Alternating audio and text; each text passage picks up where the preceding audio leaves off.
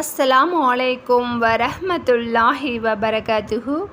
அல்லாஹ்வை புகழக்கூடிய ஒரு அழகான திக்ரை பார்ப்போம் இன்ஷா அல்லாஹ்.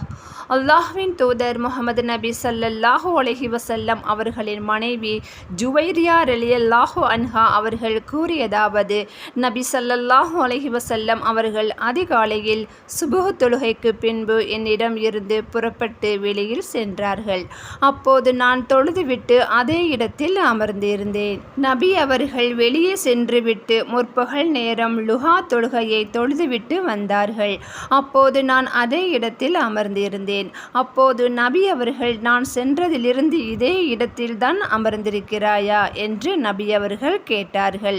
அதற்கு நான் ஆம் என்று கூறினேன். அப்போது நபி அவர்கள், நான் உன்னிடம் இருந்து சென்றதற்கு பிறகு 4 துதி சொற்களை 3 முறை சொன்னேன்.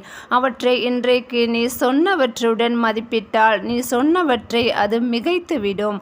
அதாவது நீங்கள் பயன்படுத்திய அத்தனை வார்த்தைகளையும் மிஞ்சக்கூடிய அளவிற்கு மிக பெரிய ஒரு திக்ரு, ஒரு துஆ என்று அல்லாஹ்வின் தூதர் முஹம்மது நபி ஸல்லல்லாஹு அலைஹி வஸல்லம் அவர்கள் கூறினார்கள். அந்த திக்ரு என்னவென்றால், சுப்ஹானல்லாஹி வ பிஹம்திஹி அதத ஹல்கிஹி வ ரிலா நஃப்ஸிஹி வ ஸினத அர்ஷிஹி வ மிதாத கலிமாத்திஹி.